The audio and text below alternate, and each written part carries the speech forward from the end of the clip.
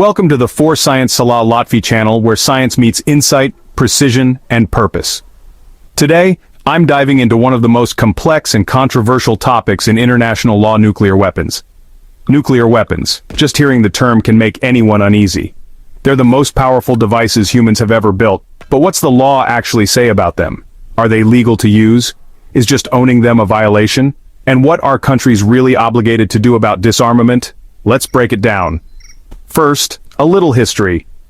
In 1996, the International Court of Justice, or ICJ, issued a famous advisory opinion. No, they didn't give a simple yes or no answer. Instead, they said there is no universal legal ban on using or threatening to use nuclear weapons in international law, but, and it's a huge but, the actual use of these weapons would almost always violate the laws of armed conflict. Why? Because those laws require that attacks distinguish between civilians and soldiers, and any harm to civilians must be proportionate to the military gain. Now really think, can a nuclear strike ever be proportionate? The ICJ considered a few hypothetical lawful nuclear scenarios. Imagine targeting an enemy nuclear submarine far out at sea, or hitting a massive enemy force in a remote desert, nowhere near civilians, or, as a desperate last resort, responding to a massive breach of wartime law. But even in these, radiation, long-term suffering, and environmental damage make legal justification really shaky. And don't forget, human rights law matters too, especially the right to life. Any nuclear detonation almost guarantees massive, irreversible violations of that right. Let's shift focus from use to possession. The Nuclear Non-Proliferation Treaty, or NPT, says 5 countries, China, France, Russia, the UK, and the US, can have nukes, at least for now. But others like India, Pakistan, Israel, and North Korea aren't in the club. Even if they're not detonated, stockpiling and testing nukes can break environmental treaties because of pollution and radiation risks. But here's a bright spot. Huge regions, Latin America, Africa, Southeast Asia, the Pacific, Central Asia, and even Antarctica, have declared themselves nuclear weapons free. These zones are backed by solid legal treaties that ban not just use but even storing or testing nukes. Maybe that's our blueprint for a nuclear-free world. In short, international law doesn't ban nukes outright, yet. But between humanitarian, environmental, and disarmament laws, the legal justification for having or using them is shrinking fast. As science advances, our moral and legal responsibilities have to keep up. This isn't just about science, it's about human survival. Stay curious and subscribe for more deep dives into science and law. At the start of this important episode, Science Salah Lotfy Channel would like to express its sincere appreciation to Professor Dr. Tarek Nagla, former professor at the Nuclear Power Plants Authority of Egypt, for generously recommending today's topic to the channel. His contribution has brought valuable insight to a subject that lies at the heart of science, security, and international justice. Nuclear weapons represent one of the most controversial and urgent challenges in modern international law. Their devastating impact, combined with the complexity of the legal frameworks governing them, raises critical questions about legality, responsibility, and the future of global security. In today's episode, we examine the insights presented in the reference file titled Nuclear Weapons Under International Law, a comprehensive overview of how international law addresses the use, possession, testing, transfer, and stockpiling of nuclear weapons. I am Professor Dr. Salah Lotfy from the Egyptian Atomic Energy Authority, and I welcome you to today's journey through science, law, and global policy. Together, we will explore how legal systems around the world confront the power and the peril of nuclear weapons. So stay with us as we begin this vital episode of Science Salah Lotfy Channel. Credits special thanks to Professor Dr. Tarek Nagla for his valuable contribution to this episode. When discussing international law and nuclear weapons, we must distinguish between the law that exists today and the law many hope for. The current law is built from treaties and long-standing customs, but it lacks a universal, explicit ban on all nuclear weapons. Instead, we have a patchwork of agreements and principles, complex, sometimes contradictory, and full of gray areas. This is the legal reality that would apply if a nuclear weapons case arose tomorrow. In contrast, many nations and activists aspire to a future where nuclear weapons are completely banned.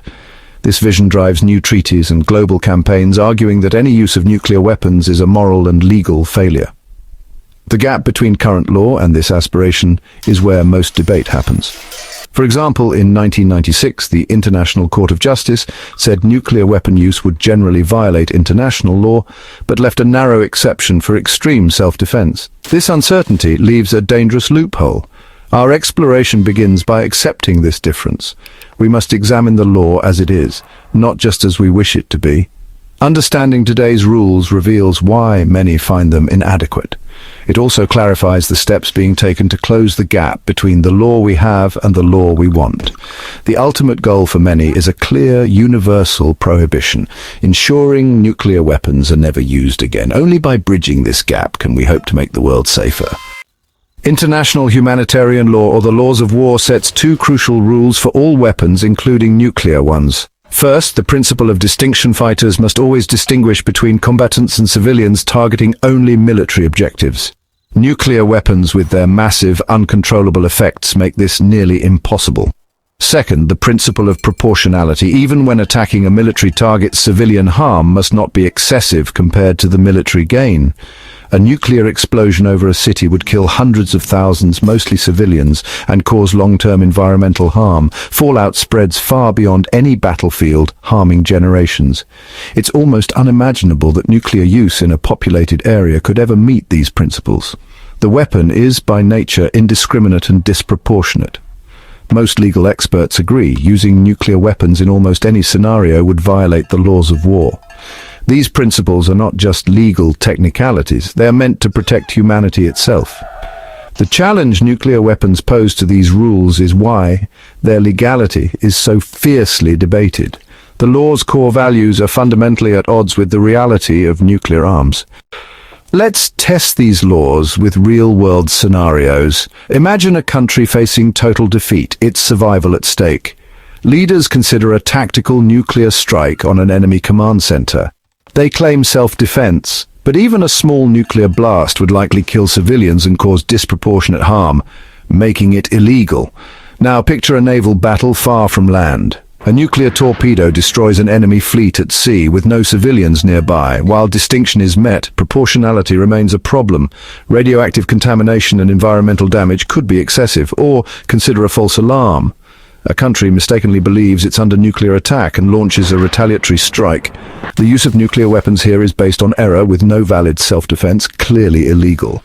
These scenarios reveal the deep legal and moral dilemmas nuclear weapons create. The law is ambiguous, leaving room for dangerous justifications after the fact. This uncertainty is one of the most frightening aspects of the nuclear age. It's why many argue that only total elimination of nuclear weapons can prevent catastrophe.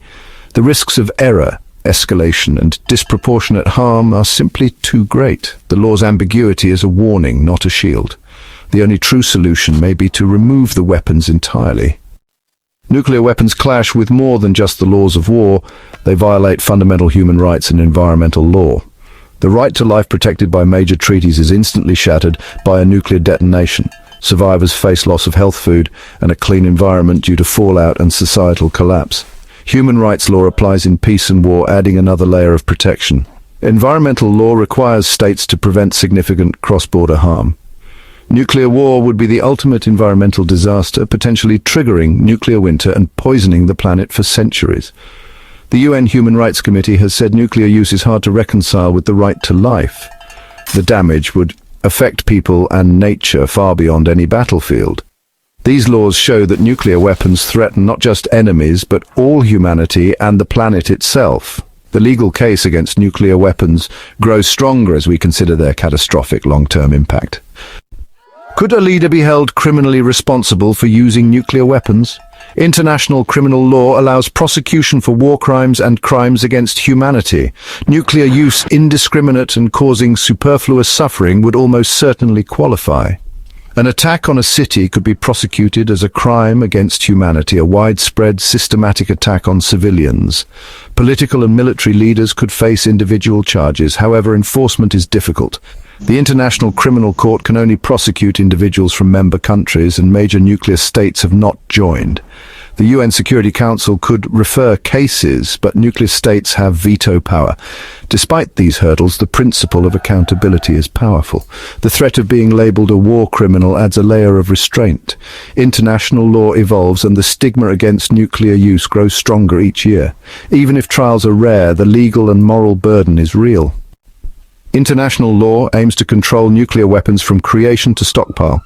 The 1968 Non-Proliferation Treaty, NPT, has three pillars: non-proliferation, disarmament, and peaceful use of nuclear energy. 5 countries agreed not to spread nuclear weapons, others promised not to acquire them. Disarmament is a binding obligation, but progress is slow, frustrating many nations. The NPT also allows peaceful nuclear technology under strict safeguards. The 1996 Comprehensive Nuclear Test Ban Treaty, CTTT, bans all nuclear explosions, creating a strong international norm, even though it's not fully in force. Nearly all countries have stopped nuclear testing, making new weapons development harder. Export controls and groups like the Nuclear Suppliers Group prevent the spread of nuclear materials. By regulating every stage, international law creates a web of restrictions to contain the nuclear threat. Even without a total ban, these measures aim to slow and eventually reverse nuclear proliferation.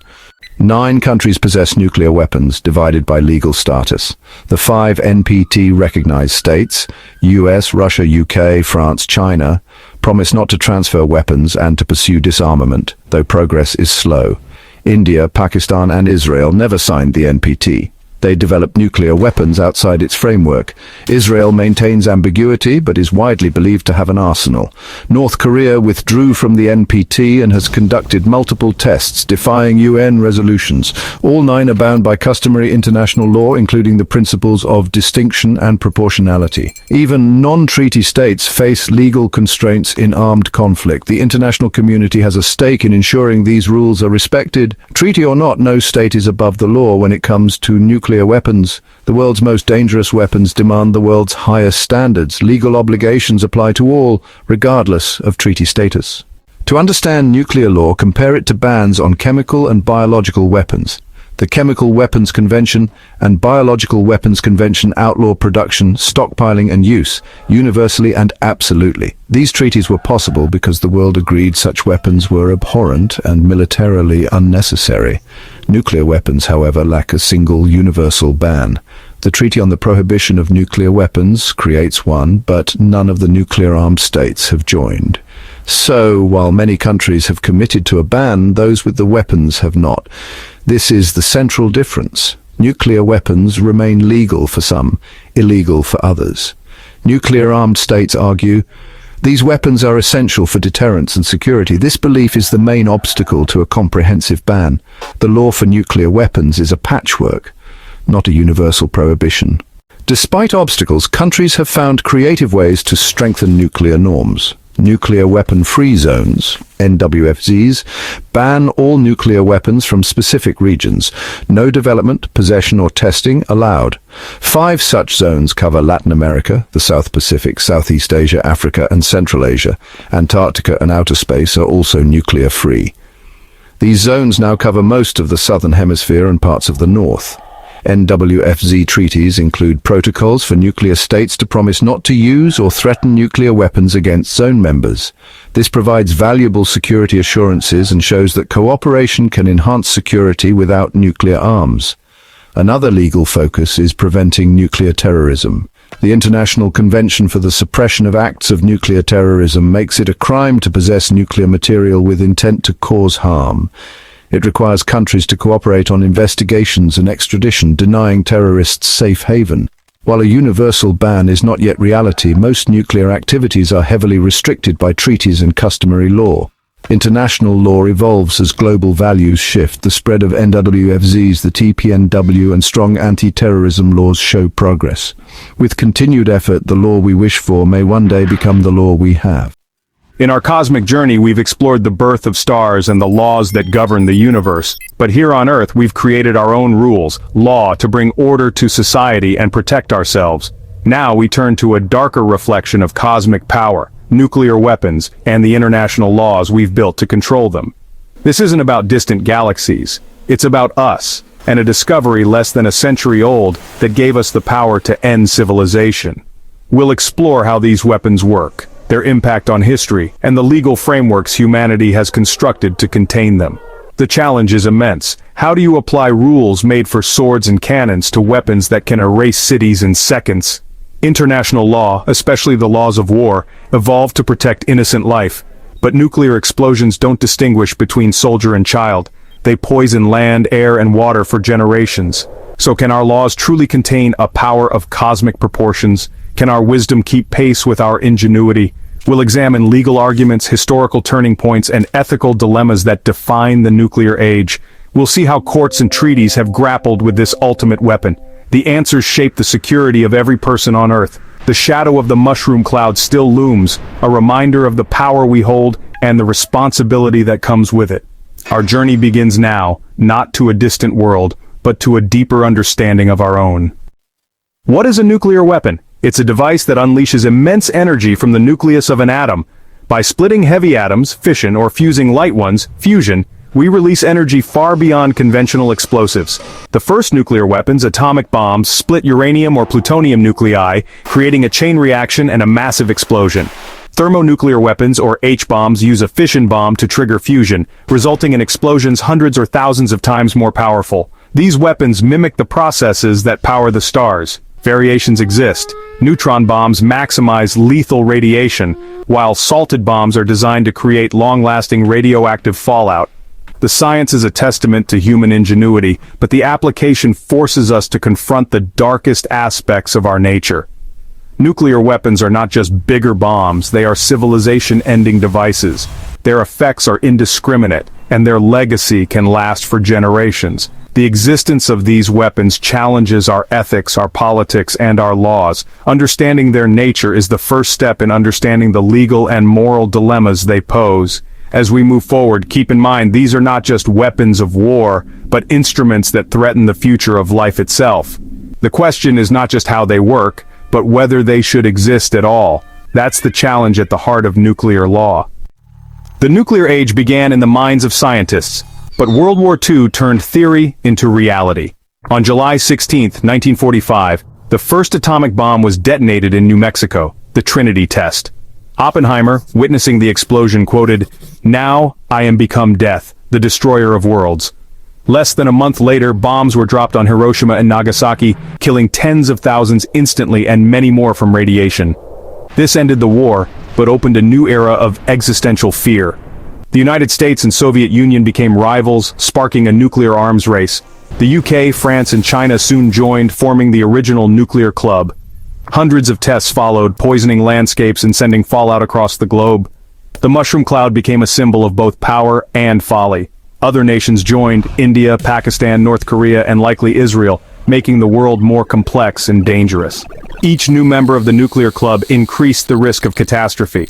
Legal and diplomatic efforts to contain this spread have become urgent global challenges. The genie is out of the bottle, and humanity must now grapple with the consequences. The nuclear age is defined not just by technology, but by the struggle to control it.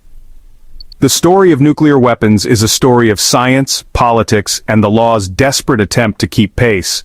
Our survival may depend on how well we succeed. How does international law address a weapon of such immense power?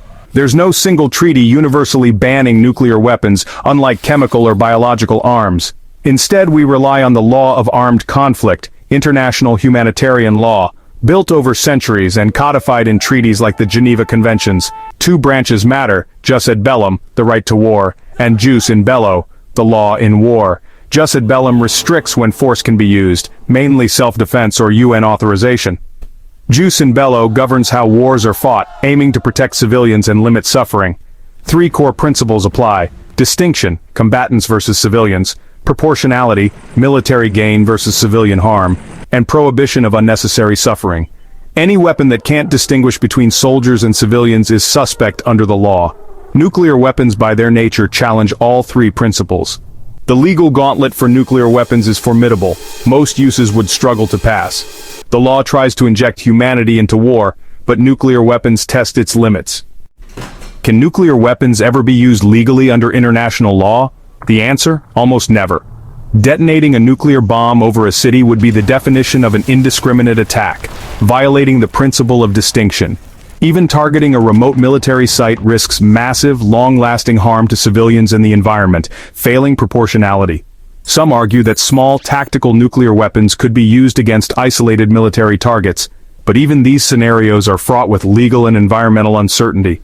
The risk of escalation, turning a limited strike into all-out nuclear war, makes any use extraordinarily dangerous. The legal and moral barriers to nuclear use are nearly insurmountable. The taboo against nuclear weapons is strong for a reason. The risks far outweigh any conceivable benefit. The impact of a nuclear weapon is not just a bigger explosion, it's a unique catastrophe. The fireball vaporizes everything at ground zero, the blast flattens cities, and radiation kills indiscriminately. Fallout spreads radioactive poison for miles, contaminating land, water, and people. Survivors face lifelong health risks, genetic mutations, and psychological trauma. The environment suffers too. Nuclear war could trigger nuclear winter, blocking sunlight, collapsing agriculture, and threatening global ecosystems. The ozone layer would be damaged, increasing UV radiation. Even a limited nuclear exchange could have global consequences. Nuclear weapons are not just weapons of war. They are weapons against humanity and the planet itself. Their use would be a crime against future generations. Reprisal is a controversial concept, an otherwise illegal act made lawful in response to an enemy's violation. Some argue a retaliatory nuclear strike could be a lawful reprisal after a nuclear attack. But the laws of war are clear. Civilians can never be targeted, even in reprisal. A massive retaliatory strike on cities would be illegal. Collective punishment, not justice. Only a strictly limited, proportional strike against a military target could be lawful. But in reality, this is almost impossible to guarantee. The logic of reprisal offers no real legal cover for city-destroying retaliation. Deterrence may keep the peace, but it stands on shaky legal ground. In 1996, the International Court of Justice was asked, is the threat or use of nuclear weapons ever legal? The court found that the core principles of humanitarian law, distinction, proportionality, and unnecessary suffering, apply to nuclear weapons. Most uses would be illegal under international law. However, the court left a narrow uncertainty in an extreme case of self-defense, where a state's survival is at stake. It could not definitively rule. This is not a green light, but a reflection of the tension between survival and humanity. The court also declared that all states are obligated to pursue nuclear disarmament. The legal message: nuclear weapons are almost always illegal and the world must work toward their elimination. The law is clear, but the challenge remains. The 1996 ICJ opinion fueled the global disarmament movement.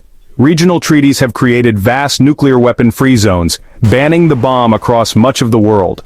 The Treaty on the Non-Proliferation of Nuclear Weapons, NPT, limits the spread of nuclear arms, but its promise of disarmament remains unfulfilled. Frustration led to the Treaty on the Prohibition of Nuclear Weapons, TPNW, a bold step to ban nuclear weapons outright.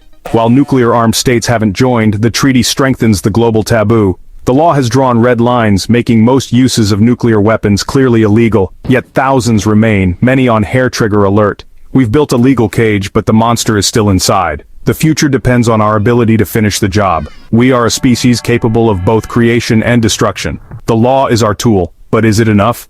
What is our responsibility to ensure the cosmic fire we unleashed is never used again? The answer will shape the fate of our pale blue dot.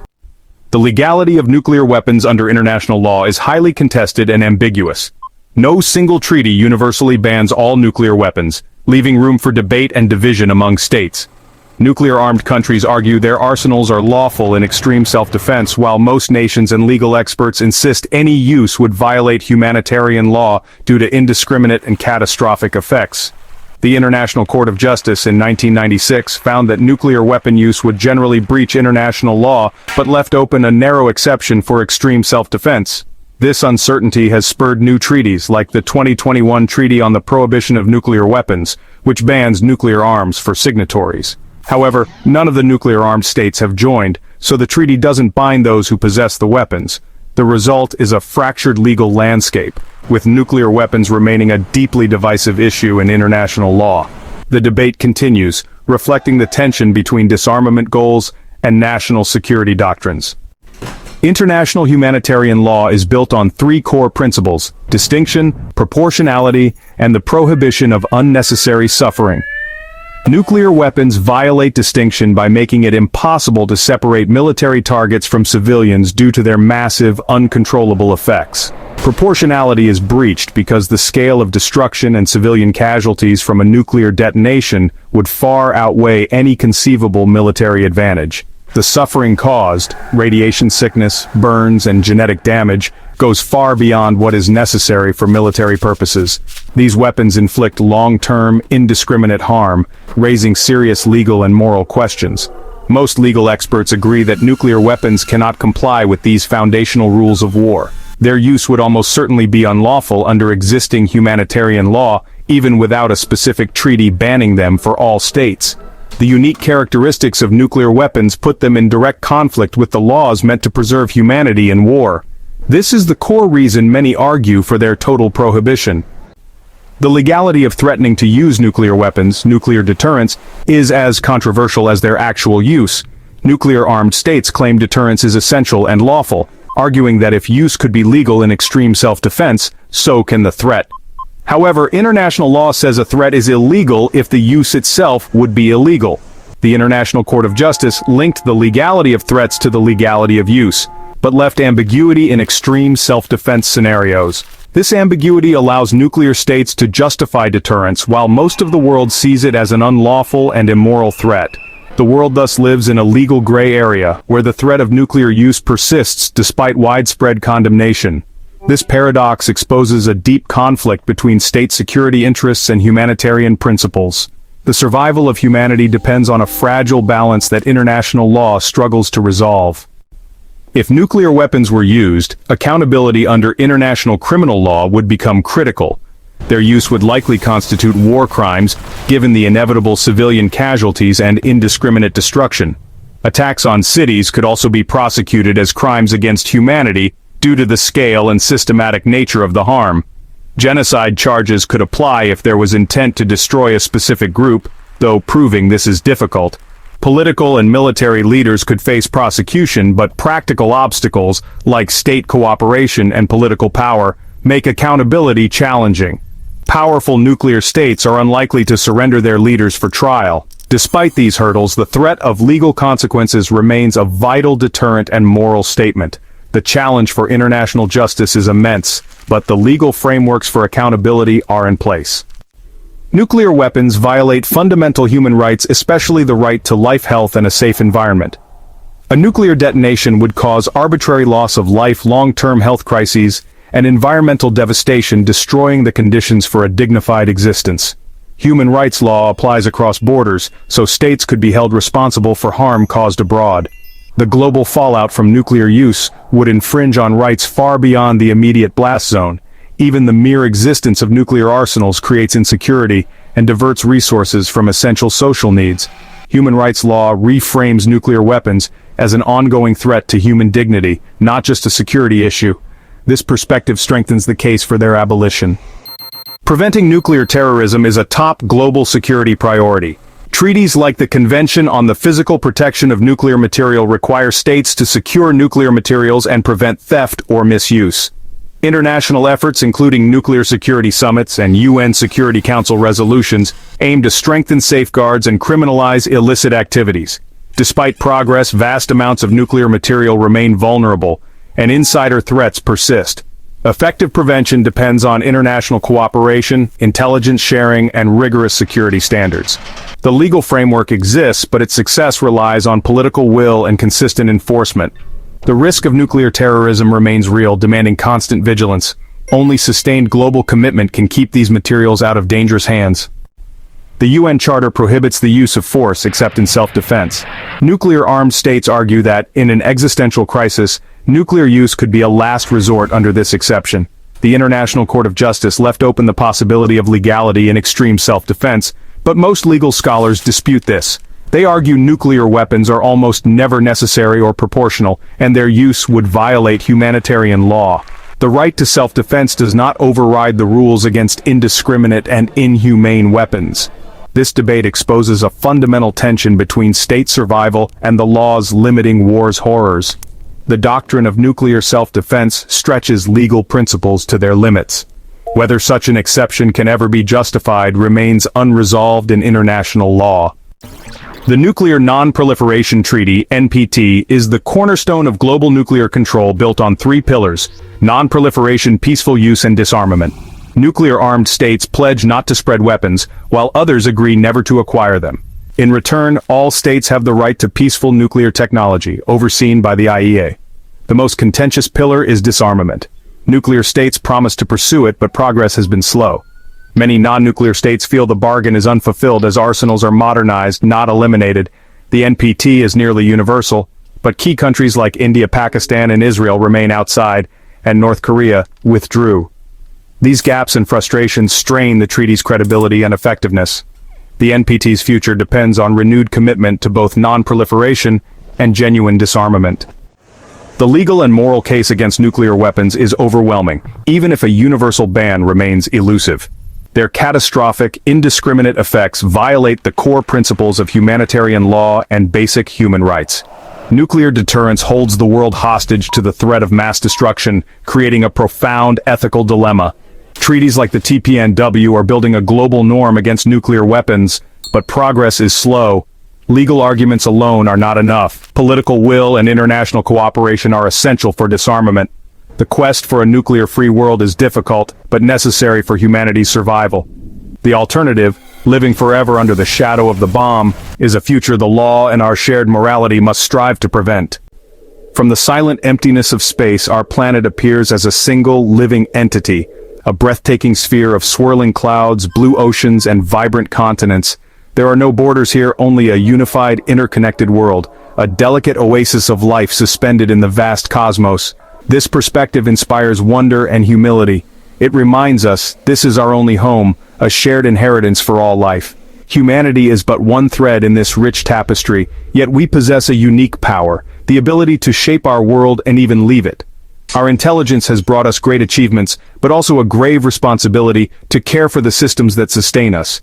Yet our ingenuity has unleashed a darker potential, nuclear weapons, capable of destruction on a scale previously unimaginable. These weapons cast a long shadow over all our progress. From space, the idea of unleashing such power on this fragile world seems like madness, a betrayal of our role as stewards. The challenge is to match our technological prowess with wisdom and humanity, seeing Earth not as rival territories, but as a single, shared home. The existence of nuclear weapons forces us to confront a fundamental question. Will we step back from the brink, or let our destructive impulses decide the fate of our civilization? Humanity has learned that cooperation and restraint are essential for survival, leading us to create international law, a web of treaties and norms to govern nations and protect human dignity. This framework aspires to resolve disputes through reason and justice, not brute force. Three pillars are crucial when considering nuclear weapons: international humanitarian law, human rights law, and jus ad bellum, the law on the use of force. Humanitarian law limits suffering in war, demanding distinction between combatants and civilians, and prohibiting indiscriminate weapons. Human rights law protects the right to life and health, even in conflict. Jus ad bellum, enshrined in the UN Charter, restricts war to self-defense or Security Council authorization. Together, these frameworks form a powerful restraint, born from the ashes of devastating wars. Nuclear weapons, however, break with these traditions. They are indiscriminate, cause unimaginable suffering, and violate basic human rights.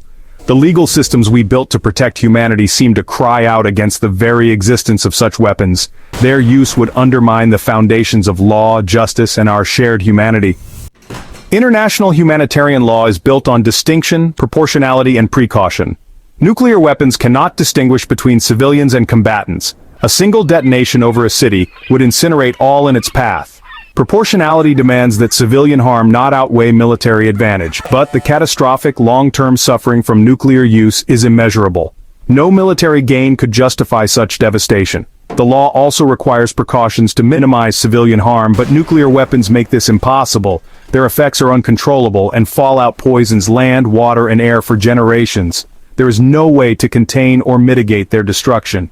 Legal scholars and international bodies overwhelmingly agree. Any use of nuclear weapons would violate fundamental rules of law. The International Committee of the Red Cross has stated this unequivocally.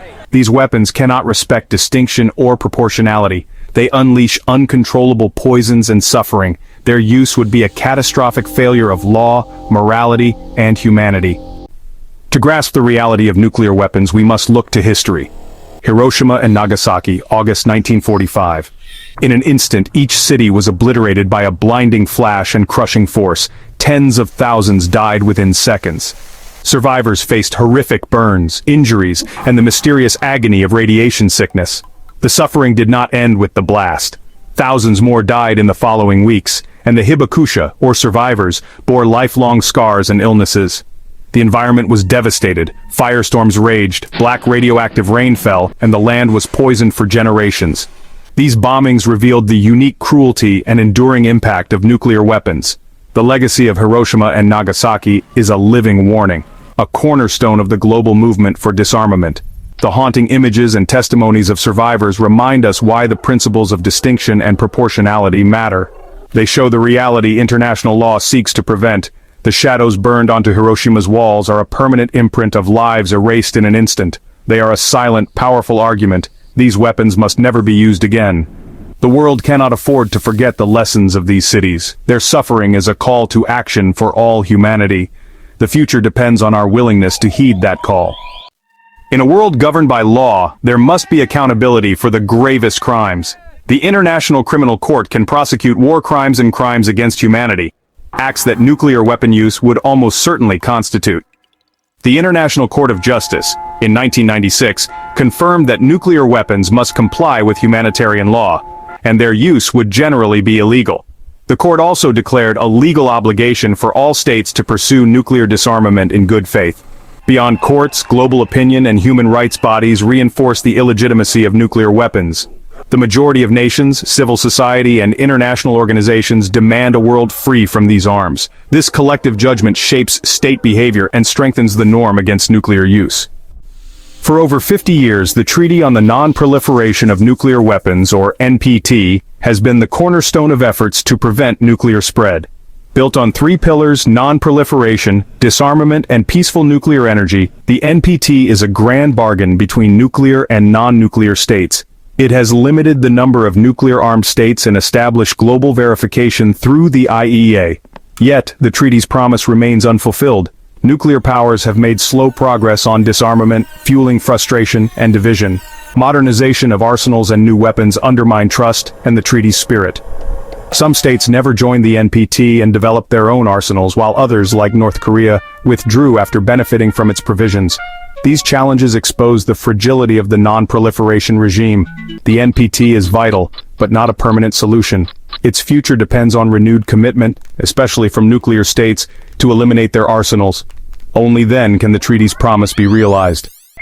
Beyond state conflict, a new danger looms: nuclear weapons or materials falling into the hands of terrorists. A single act could devastate a city, destabilize economies, and spread fear worldwide. Securing nuclear materials is a monumental, urgent task.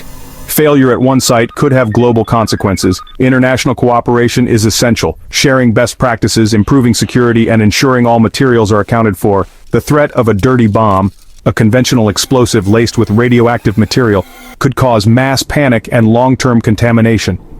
Combating these threats requires stronger laws, intelligence sharing, and coordinated law enforcement. There can be no weak links. The security of all nations depends on the security of the most vulnerable materials. Preventing nuclear terrorism is a shared global responsibility. Amid the nuclear threat, regions of hope have emerged: nuclear weapon-free zones, or NWFZs. Through treaties, groups of countries have banned nuclear weapons from their territories, creating oases of sanity in a heavily armed world. These zones now cover the entire southern hemisphere and parts of the north, including over 110 countries. They prove a world without nuclear weapons is not just a dream, but a reality for much of humanity. NWFZ treaties call on nuclear powers to respect these zones and provide security assurances. While not all protocols are ratified, these zones reinforce the norm against nuclear weapons. They are disarmament in action, reducing nuclear risks, building trust, and offering a blueprint for other regions. The success of NWFZs shows it is possible to choose a different path. One day, these islands of disarmament may grow to cover the entire planet. The debate over nuclear weapons is ultimately an ethical one. At its core, the sanctity of life, our duty to future generations, and the purpose of law itself. Every human life has value, A technology designed for indiscriminate mass death is a moral outrage. We must also protect our planet's ecosystems. Nuclear war could trigger environmental catastrophe and famine. Law exists to restrain our worst impulses and protect the vulnerable. Allowing a technology that could end civilization is a failure of legal and ethical imagination. We have a moral obligation to ensure our laws control our technologies, not the reverse. This responsibility belongs to all governments, scientists, educators, artists, and every citizen. The journey to a nuclear-free world is long, but it is one we must continue, together, for all life on this fragile planet. The future depends on our collective courage and resolve. Before we end today's episode, for Science Salah Lotfy Channel would like to extend its deepest gratitude to Professor Dr. Tarek Nagla, former expert at the Nuclear Power Plants Authority of Egypt, for kindly sharing and recommending today's important topic. We truly appreciate his contribution to this episode and to the broader dialogue on nuclear science and international law. To all our viewers, thank you for watching. We invite you to share your thoughts and questions about this episode in the comments section below. Do you believe international law is strong enough to control nuclear threats? What stood out most to you in today's discussion? Let's keep the conversation going. With warm regards, I am Professor Dr. Salah Lotfy, Professor at the Egyptian Atomic Energy Authority. Here on For Science Salah Lotfy Channel, I promise to continue bringing you the latest scientific research from all fields and from every corner of the world. Until our next exploration, stay informed, stay inspired. For Science Salah Lotfy Channel, where science meets the world.